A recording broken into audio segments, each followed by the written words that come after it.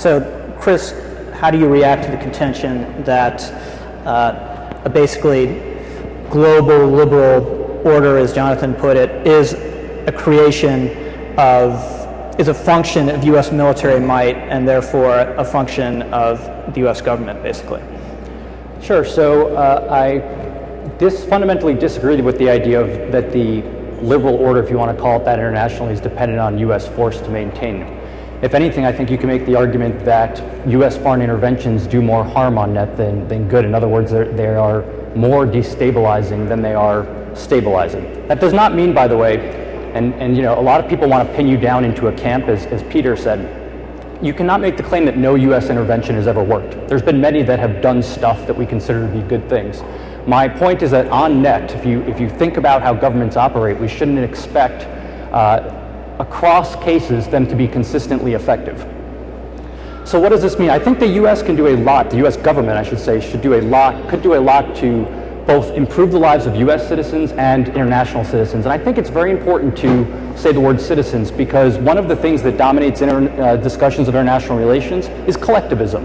Notice there's discussions of we, our, us, them, the national interest.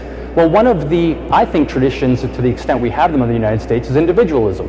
Now, of course, we have these notions of nation states and governments, but one of the things we want to focus on is individuals and the impact of individuals. These decisions have real impacts both on ordinary citizens abroad. And by ordinary, I don't mean plain, I mean non-elites, as well as domestically. And so the U.S. can do a lot precisely because of their power to help both U.S. citizens and other citizens. What would some examples be? Well, maybe they can stop selling weapons to questionable regimes. So I was reading a report today that in the past year, the U.S. government sold $69 billion worth of arms to foreign governments. About $30 billion of that went to the Saudi government. Now, perhaps that will generate peace and prosperity, or perhaps it will be very destabilizing. What else can they do?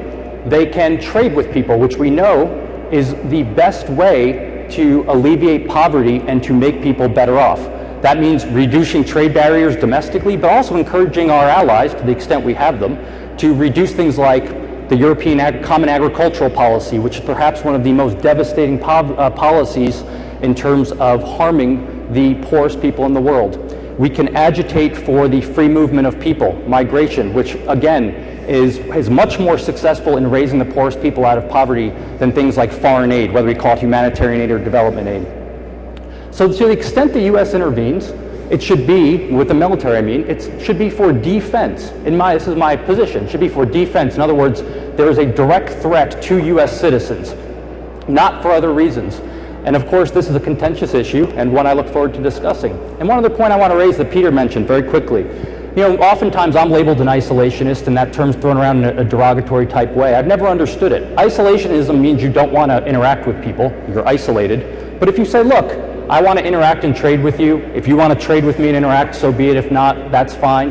That seems like the opposite of isolationism. In stark contrast, if you are a busybody, a nosy person, it's true you are interacting with people, but then typically people don't want to interact with you if you just think about your everyday life. In other words, as Peter was saying, you lose your allies. You isolate yourself. So we have to be careful when we use this term isolationism as if somehow it's negative.